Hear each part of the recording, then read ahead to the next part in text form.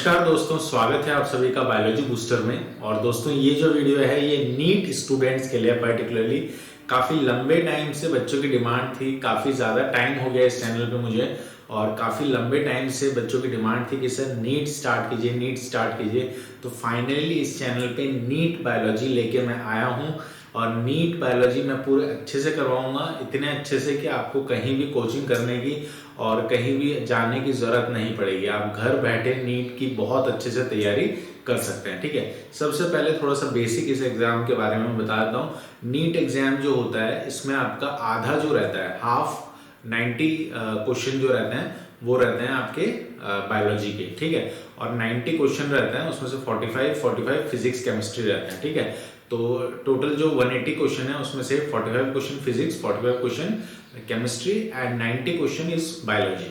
तो ऑब्वियस सी बात है बायोलॉजी का वेटेज बहुत ज़्यादा है। ठीक है, बायोलॉजी की वेटेज में भी दो पोर्शन रहते हैं, बॉटनी और zoology. 45 question botany, 45 question zoology, इस तरीके से रहता है फिक्स। ठीक है, कभी कभी ये रैंडम भी हो जाता है इस तरीके से कि ज्यादा क्वेश्चन बॉटनी के आगे, कम जूलॉजी के आगे, कुछ भी हो सकता है। लेकिन जनरली ऐसा होता है कि 45 क्वेश्चन बॉटनी, 45 क्वेश्चन जूलॉजी। ठीक है, तो यहाँ पे हम जो सीरीज स्टार्ट कर रहे हैं, यहाँ पे हम टोटल पूरा बायोलॉजी में आपको करवाऊंगा, बोथ बॉटनी एंड जूलॉजी। ठीक है, इसके अलावा एमसीक्यू क्वेश्चंस के लिए एक बुक ले लीजिएगा आप, MTG biology eight finger tip. तो जैसे जैसे टॉपिक होते जाए वैसे वैसे आप उससे एमसीक्यू क्वेश्चन लगाते जाइएगा। ठीक है, इसके अलावा कोई भी रेफरेंस बुक आपको लेने की जरूरत नहीं है, क्योंकि ऑलरेडी मैं बहुत सारे रेफरेंस बुक्स प्लस मेरी नॉलेज, मेरा एक्सपीरियंस वो सब यहाँ पे डाल रहा हूँ। ठीक है, तो इसके लिए आपको कोई भी और चीज पढ़ने की जरूरत नहीं है, इनको अच्छे से पढ़िए। ये नोट्स आप यहाँ से भी लिख सकते हैं और चाहे तो मुझसे भी ले सकते हैं। मुझसे लेने के लिए थोड़ा सा प्राइस पे करना होगा आपको, और व्हाट्सएप नंबर जो है वो चैनल के अबाउट सेक्शन में जाके आप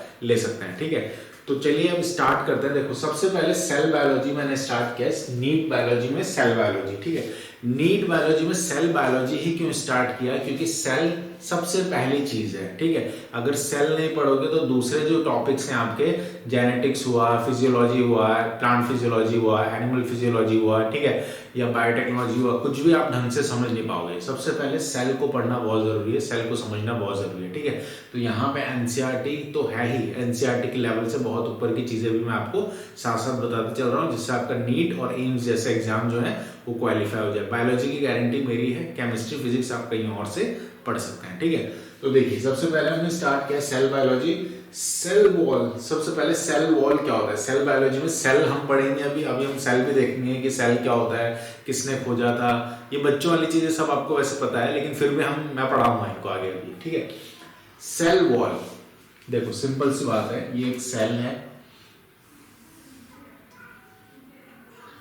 प्लांट सेल बनाता हूँ मैं, प्लांट सेल, एनिमल सेल नहीं, प्लांट सेल बनाता हूँ, क्योंकि एनिमल सेल में सेल वॉल नहीं होता है, पता है ना ये तो।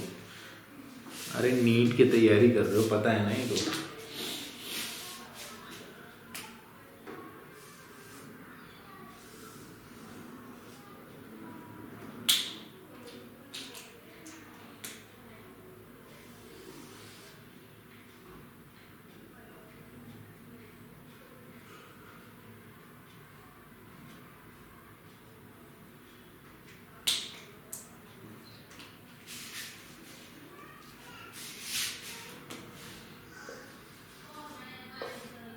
ये हो गया न्यूक्लियस, ये हो गया सेल मेम्ब्रेन, और ये हो गया सेल वॉल। तो यहाँ पे हम सेल वॉल की बात कर रहे हैं। ठीक है, यहाँ पे हम किसकी बात कर रहे हैं दोस्तों? सेल वॉल की बात करेंगे। सेल वॉल क्या होता है? Cell wall was discovered by Robert Hooke. सबसे पहली बात तो आपको ये याद रखनी कि सेल वॉल डिस्कवर किसने किया था? रॉबर्ट हुक ने। रॉबर्ट हुक ने ही सेल को भी डिस्कवर किया है, ये आपको पता है। रॉबर्ट हुक ने ही सेल को भी डिस्कवर किया है, ये आपको पता है। रॉबर्ट हुक ने एक किताब भी लिखी सेल के ऊपर, माइक्रोग्राफिया, जिसमें उन्होंने डिस्क्राइब किया था सेल को। ठीक है, यहाँ पे आपको याद ये रखना है कि रॉबर्ट हुक ने सेल वॉल भी डिस्कवर की थी। ठीक है, outermost but dead boundary of the plant cell is called cell wall. Cell wall क्या होती है? सबसे पहले तो प्लांट सेल में होती है, बिल्कुल बेसिक, बच्चों जैसे बिल्कुल बेसिक से पढ़ते हुए चलेंगे और हाई लेवल तक लेके चलेंगे इस सब्जेक्ट को। ठीक है, ध्यान से पढ़ना है। लेकिन देखो सबसे पहली बात कि सेल वॉल जो है, ठीक है, सेल वॉल जो है वो प्लांट सेल में एक तो नहीं होता है, ठीक है, एनिमल सेल में नहीं होता है, प्लांट सेल में ही होता है। तो outermost but dead boundary, outermost boundary और डेड बाउंड्री, ये outermost boundary blue plus dead boundary, ठीक है, ये है आपका cell wall, is called cell wall, ठीक है। Bacteria include in plants because they have cell wall, bacteria को प्लांट्स में ही रखा गया है क्योंकि बैक्टीरिया में भी सेल वॉल होता है। बैक्टीरिया को किस कैटेगरी में रखा गया है? प्लांट की कैटेगरी में रखा गया है क्योंकि बैक्टीरिया में भी सेल वॉल पाया जाता है, ठीक है, क्लियर है। अब देखो सेल वॉल जो है वो तीन है, primary wall, secondary wall, tertiary wall, समझ पा रहे हो? मतलब ये सेल वॉल जो है ना, ये सेल वॉल, इसको अपन अगर जूम करके देखें तो इसमें तीन लेयर पाए जाएंगे ऐसे, ठीक है। सबसे पहले रहेगी प्राइमरी वॉल, फिर सेकेंडरी वॉल और टर्शियरी वॉल। अब ये क्या है? प्राइमरी वॉल क्या होती है? आउटर मोस्ट लेयर, सबसे ऊपर की वॉल रहेगी, बाहर के साइड वाली, मतलब ये वाली आउटर वॉल, ठीक है। ये प्राइमरी आउटर मोस्ट लेयर है, thin elastic composed of cellulose and hemicellulose and pectin. Cellulose, hemicellulose और पैक्टिन की बनी होगी। किसकी बनी होगी? सेलुलोज, हेमीसेलुलोज और पैक्टिन, ठीक है। सेकेंडरी वॉल जो है S1, S2, S3, इसमें भी तीन है फिर अंदर, ठीक है। रिजिड थिक कंपोज्ड होगी, ये रिजिड होगी, थिक होगी, थोड़ी मोटी होगी, वो पतली थी प्राइमरी वॉल, ये थोड़ी थिक होगी, मोटी होगी, कंपोज्ड ऑफ सेलुलोज, सेलुलोज से बनी होगी, हेमीसेलुलोज से बनी होगी, पैक्टिन से बनी होगी। Absent in meristem cell, meristem cell में एब्सेंट होती है सेकेंडरी वॉल, ये आपको याद रखना है। मेरिस्टेम सेल जो होते हैं उनमें सेकेंडरी वॉल एब्सेंट होती है, ठीक है। थर्ड जो है tertiary wall, tertiary wall present only in tracheid of gymnosperm and composed of hemicellulose and xylem. Tertiary wall जो रहती है प्रेजेंट ओनली इन ट्रैकिड्स, ये प्रेजेंट रहेगा किसमें? सिर्फ ट्रैकिड्स में, सिर्फ ट्रैकिड्स में प्रेजेंट होगा ये, और present only in tracheids of gymnosperm. Gymnosperm के जो ट्रैकिड्स रहते हैं ना उसमें पाया जाएगा, मतलब ज्यादातर में प्राइमरी और सेकेंडरी वॉल ही रहेगी, टर्शियरी वॉल नहीं होगी, ठीक है। लेकिन जो ट्रैकिड्स होते हैं जिम्नोस्पर्म के, उनमें पाया जाएगा। Composed of hemicellulose and xylem, composed of what? Composed of hemicellulose and xylem. किससे बना होगा? हेमीसेलुलोज से और जाइलम से, ठीक है। मिडल लैमेला क्या होता है? Common layer between two cells, ठीक है, दो सेल के बीच में कॉमन लेयर, दो सेल हैं, दो सेल इस तरीके से बना देता हूं मैं, तो इसके बीच में कॉमन लेयर, इसके बीच में कॉमन लेयर है अगर ये, ठीक है, तो ये क्या है? मिडल लैमेला है।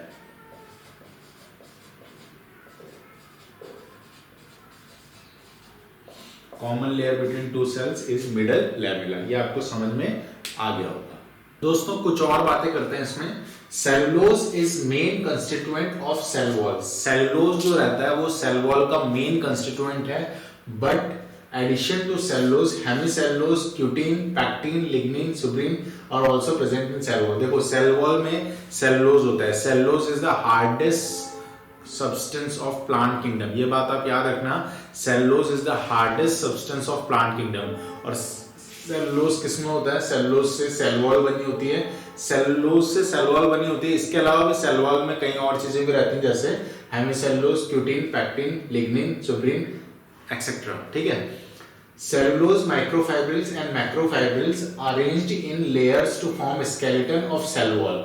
देखो सेलुलोज के जो माइक्रोफाइब्रिल्स रहते हैं, सेलुलोज के जो मतलब इस तरीके से रहेंगे ना, ये जैसे सेल वॉल है मान लो, तो इस तरीके से सेलुलोज के माइक्रोफाइब्रिल्स अरेंज रहेंगे, अंदर लेयर बनाएंगे पूरी, ठीक है। हाँ ऐसा अरेंजमेंट रहेगा पूरा इनका। अरे समझ पा रहे हो नहीं समझ पा रहे हो? ऐसे ऐसे अरेंजमेंट रहेगा इनका, ठीक है। हाँ तो इस तरीके से स्केलेटन बनाएंगे, इसका ढांचा बनाएंगे, ठीक है। Cellulose microfibrils and macrofibrils arranged in layers to form skeleton of cell wall. Skeleton of what? Skeleton of cell wall. In between these layers, अच्छा लेयर रहती है ये 1 2 3 4 ऐसे लेयर रहती है, इसके बीच में रहता है ये, ठीक है। हाँ in between these layer other substance like pectin, hemicellulose may be present, these form matrix of cell wall. अच्छा ये यूं है, देखो भाई सिंपल सी बात है, ये इस तरीके से, ये क्या बना रही? अरे ये क्या बना रही है? ये आपको बना रही है माइक्रोफाइब्रिल्स, सेलुलोज की माइक्रोफाइब्रिल्स हैं ये। माइक्रोफाइब्रिल्स का अरेंजमेंट है ये इस तरीके से, ठीक है। तो ये ढांचा बना रहे हैं सेल वॉल का, और इसके बीच में क्या होते हैं, इसके बीच में दूसरे सब्सटेंस होते हैं जो कि पैक्टीन हेमिसेलुलोज, जैसे ये पैक्टीन हो गया, ये दूसरा हेमिसेलुलोज हो गया आपका, ठीक है। ये बहुत बारीक चीजें हैं, इनको समझना पड़ेगा भैया, बिना समझे काम चलने नहीं वाला, ठीक है। तो ये इस तरीके से रहता है, मतलब सेलुलोज का तो इसका स्ट्रक्चर रहता है, इसका जो ढांचा रहता है वो सेलुलोज बनाता है, सेलुलोज के माइक्रोफाइब्रिल्स और मैक्रोफाइब्रिल्स। लेकिन इसके अंदर कई और चीजें रहती है इन between these layer, in layer के बीच में क्या रहता है, पैक्टीन रहता है, हेमिसेलुलोज रहता है, और these form matrix of cell wall, और ये मैट्रिक्स बनाती है सेल वॉल का, सेल वॉल का मैट्रिक्स। सेल वॉल ये है तो इसके बीच वाला पार्ट जो रहता है वो मैट्रिक्स कहलाता है। तो मैट्रिक्स कौन बना रहा है, पैक्टीन, हेमिसेलुलोज, ये सब मिलके मैट्रिक्स बना रहे हैं, ठीक है। क्लियर ये बात? हाँ। मिडल लैमेला, मिडल लैमेला मैंने बताया था, दो सेल के बीच की जो लेयर होती है उसे मिडल लैमेला कहते हैं। Middle lamella is cement material between two adjacent cell in multicellular plants और outermost layer of cell wall, ठीक है। मल्टीसेलुलर प्लांट्स में क्या होता है, मल्टीसेलुलर प्लांट्स में क्या होता है, middle lamella is cement material between two adjacent cell in multicellular plants और outermost layer of cell wall. Cell wall के आउटरमोस्ट लेयर होती है या तो ये सेल वॉल की, अरे भाई देखो सिंपल सी बात है, ये सेल बनाया मैंने,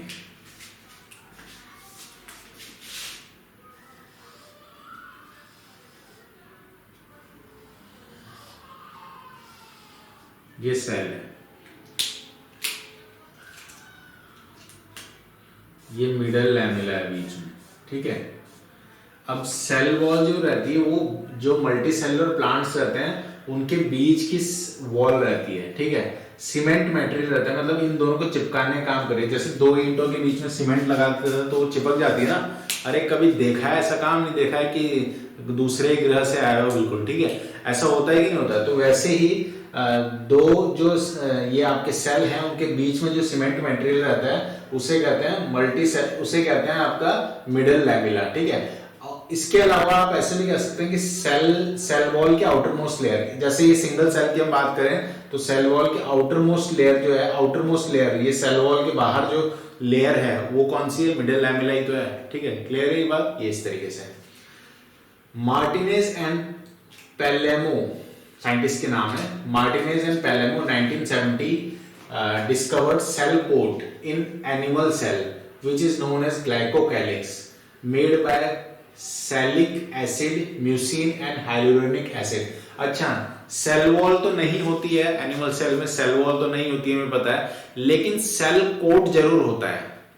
समझ पा रहे हो मेरी बात को? सेल वॉल तो नहीं होती है लेकिन सेल कोट जरूर होता है। तो मार्टिनेज एंड पैल्मो, ठीक है, ये दो साइंटिस्ट थे, इन्होंने डिस्कवर किया 1970 में एनिमल सेल्स के अंदर सेल कोट को डिस्कवर किया, सेल कोट को, ठीक है। और इसको ग्लाइकोकैलिक्स बोला जाता है। क्या बोला जाता है इसको? ग्लाइकोकैलिक्स, ठीक है। मेड बाय सैलिक एसिड, किससे बना होता है? सैलिक एसिड, सैलिक एसिड, म्यूसिन और हाइलुरोनिक एसिड, ठीक है। एनिमल सीमेंट भी बोलते हैं इसको, एनिमल सीमेंट, याद रखना। हाइलुरोनिक, ये ग्लाइकोकैलिक्स को एनिमल सीमेंट भी बोला जाता है। और किससे बना होता है? सैलिक एसिड से, म्यूसिन से और हाइलुरोनिक एसिड से, ठीक है। क्लियर है बात?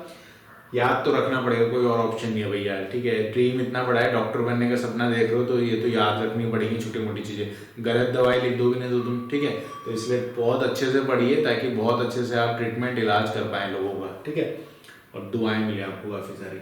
Cell wall work as frame और protective layer of cell, cell wall work as frame और protective layer of cell. Cell wall work कैसे करता है? एक फ्रेम की तरह, जैसे फोटो का फ्रेम होता है वैसे एक सेल का फ्रेम बनाता है ये, और प्रोटेक्टिव लेयर भी होता है, प्रोटेक्टिव लेयर की तरह काम करता है ये सेल के लिए, ठीक है। Network of cellulose fibre forms skeleton of cell wall. Network of cellulose fibre, network of cellulose fibre, cellulose fibre का जो नेटवर्क रहता है, सेलुलोज फाइबर का जो नेटवर्क रहता है, सेलुलोज फाइबर का जो नेटवर्क रहता है वो स्केलेटन बनाता है सेल वॉल की। ये बात हम पहले भी खैर पढ़ चुके हैं। Network of cellulose fibre, cellulose fiber ही तो थे, कहाँ गए वो, माइक्रोफाइब्रिल एंड मैक्रोफाइब्रिल, ठीक है। तो सेलुलोज फाइबर का जो नेटवर्क रहता है वो बनाता है स्केलेटन ऑफ सेल वॉल, वो सेल वॉल का ढांचा बनाता है, ढांचा तैयार करता है, ठीक है। तो दोस्तों ये पहला वीडियो था इसलिए सिर्फ थोड़ा शॉर्ट ही रखता हूँ मैं। इस पे रेस्पॉन्स देखते हैं कैसा है, रेस्पॉन्स कैसा भी हो खैर अगला वीडियो में बनाऊंगा, ठीक है। चलिए, thank you so much for watching this video, love you all.